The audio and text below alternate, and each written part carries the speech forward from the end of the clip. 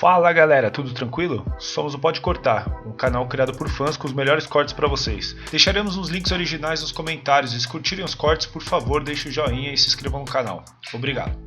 O que você acha da escola como instituição hoje em dia? Por exemplo, eu não gostava de estudar, eu não gostei do meu período na escola, não foi um período muito agradável pra mim, e muito pelo que você falou, porque eu não queria estar ali, tipo, eu sentia que eu era forçado a aprender algo que eu não estava interessado. Então, aquilo me dá um sentimento muito ruim de ser forçado a fazer algo que eu travo, eu não consigo fazer. Então eu tive uma experiência frustrante durante a escola, e eu acho que isso é muito atribuído pelo formato da escola em si mesmo, né? A gente tá meio ultrapassado. Como que você enxerga isso? Você enxerga algum jeito da gente melhorar? Tem muitos, né? Bom, eu acho que são vários os problemas, né? Eu penso que, em primeiro lugar, de fato, a educação ela não pode trabalhar só com aquilo que previamente interessa ao aluno. Por quê? Porque o aluno tem que, de certa forma, descobrir interesses no processo. Interesses que ele não poderia ter, porque ele não tinha condição. Mas a escola mostra, olha, isso aqui que você ainda não sabe que é legal, veja como é legal. Então, nesse sentido, há um processo de descoberta que a escola tem que patrocinar. Ponto número 2.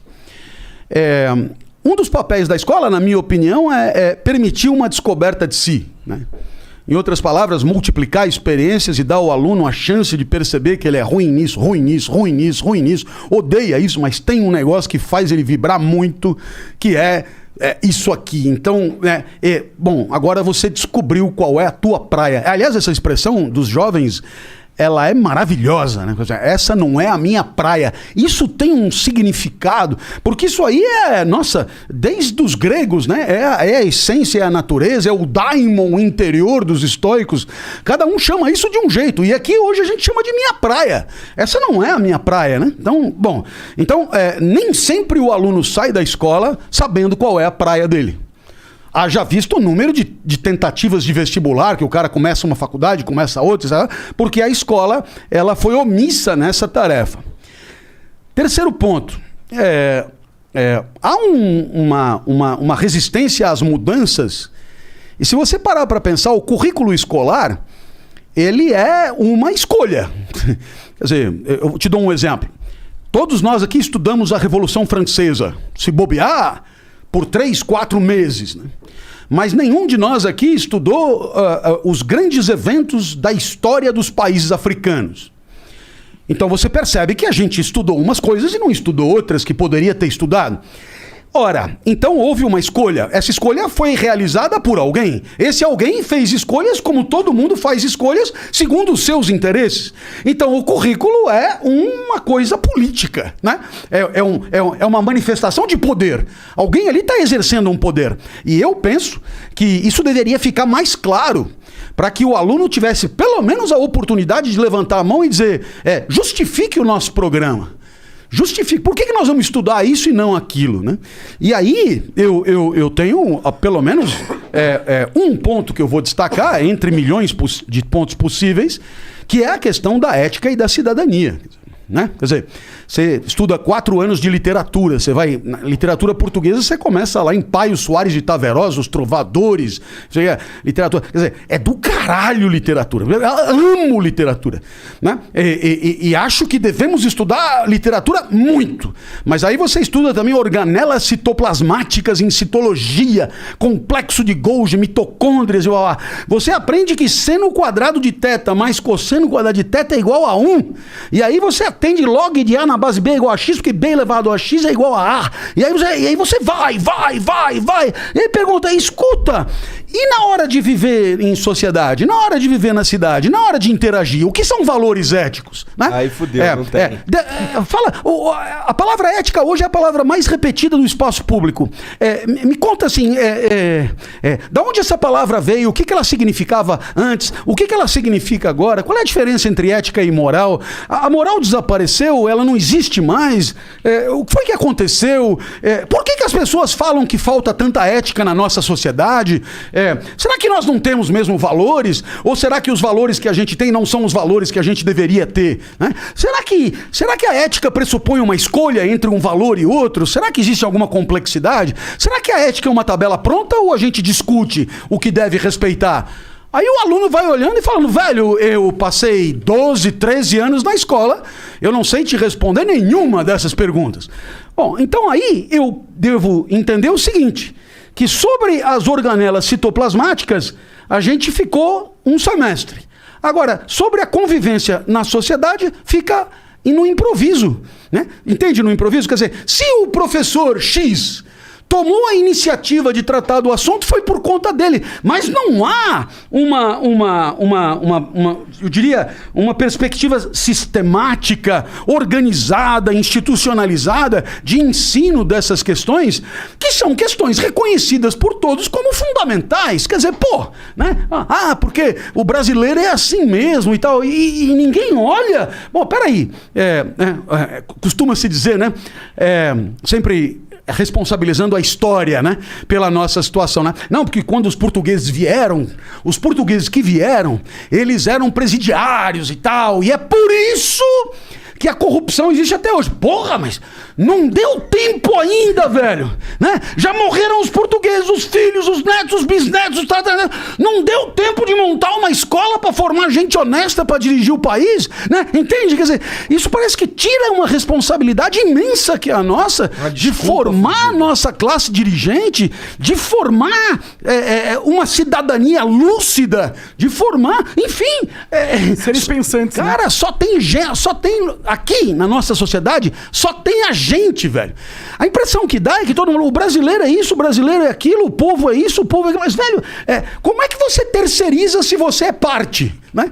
Então, eu penso que há aí um monte de coisas que a escola poderia discutir e proporcionar, que são alternativas, que são necessárias, que são importantes, mas que, por conta, muitas vezes, de um apreço pela repetição, né, que é tranquilizadora, a gente acaba deixando as inovações tão alardeadas para o ano seguinte. Né? Eu acho que tem uma falta de vontade política nesse sentido aí, de formar cidadãos que consigam pensar.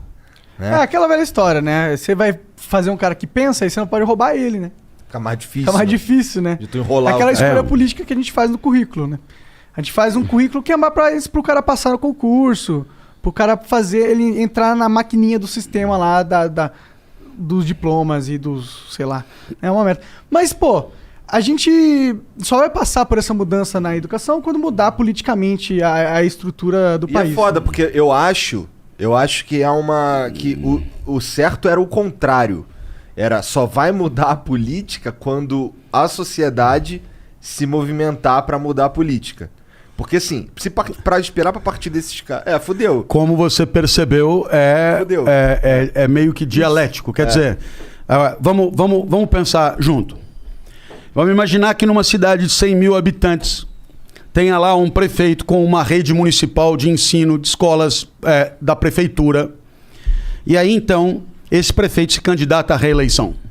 E os eleitores dessa cidade, eles vão decidir em reeleger o prefeito ou não. E você sabe o que eles fazem? Eles vão visitar as escolas para verificar as condições reais de ensino. Eles se interessam pelo desempenho dos alunos, né? Eles se interessam pela efetiva implementação das estratégias pedagógicas. Eles se interessam pelo resultado dos alunos ali nos exames nacionais. Eles se interessam. Aí eles vão, analisando tudo, eles dizem: olha, poderia ter sido melhor, mas reconhecemos que o prefeito deu a isso uma importância muito grande e, portanto, ele merecerá o nosso crédito para mais 4 anos, desde que prometa superar esses 4 primeiros anos, porque nós vamos voltar e vamos reavaliar a escola, a educação e o desempenho dos alunos para poder dar ou não voto. Eu te pergunto, se acontecesse isso numa cidade como seria a educação dessa cidade? Ah, seria... Porra, velho! Né? Nossa, o professor ganharia pra caralho! Teria laboratórios, teria biblioteca, teria condições, as escolas trariam pedagogos estrangeiros. Velho, por quê? Porque o critério pra eu me reeleger é a educação. Então, velho, nós vamos deixar isso aqui um brinco, né? Eu te pergunto, se isso não acontece, por que será? É porque é um tema irrelevante. Em outras palavras, por que a escola importa? Porque é um lugar onde eu deixo a criança enquanto eu estou trabalhando. Então, esse é o limite da coisa. Eu tenho que deixar em algum lugar. Agora, o que acontece lá dentro... Caguei. Até porque... talvez nem tenha condição muito de avaliar e não tenho saco também de ir fuçar. Não é a minha praia, foda-se. O fato é que ele fica lá, se bobear ele come, ele se diverte, já tá bom demais. E aí é claro, o profissional da política, ele que luta pelo poder, ele que luta dentro de um jogo por aumentar o poder que tem, ele que luta, como aliás em qualquer ramo, por subir na carreira, ele vai observar o que é sensível, o que é efetivamente relevante na hora de votar. E ele sabe fazer isso, porque para isso ele gasta com pesquisa e tal. E ele diz, olha, escola, né? Eu acho que o que importa é segurança mesmo. Nós vamos, perto da eleição, botar guarda em tudo que é esquina e bababá, e bababá. E aí sim vai ser mais efetivo para conseguir me reeleger. Então, você percebe que é um negócio muito... Pois é, porque se a sociedade for outra, a educação será outra. Se a educação for outra, a sociedade será outra. E o que acontece hoje é que a gente não sabe muito bem por que as coisas começaram, porque a nossa educação pública já foi bem melhor do que né? A gente não sabe muito bem o que levou a essa deterioração. Eu não sou um especialista disso, né? Mas o certo é que um diretor de escola na década de 50 do século passado ganhava o equivalente a um desembargador. Hoje provavelmente ganhe 10 vezes menos. Então a sociedade foi aceitando uma diminuição de qualidade do corpo docente, das condições materiais de estudo e assim por diante. E aí, é claro, os políticos souberam interpretar isso de forma a direcionar seus esforços, as verbas públicas, né, as políticas públicas para outros setores que não são a educação. É um pouco como eu entendo isso. Um pouco triste, mas real, né?